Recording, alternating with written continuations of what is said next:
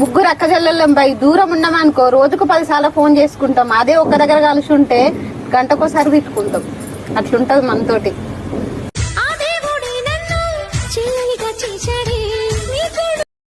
నేను నీకు బరువు అవుతానని నాకిప్పటి వరకు తెలీదు.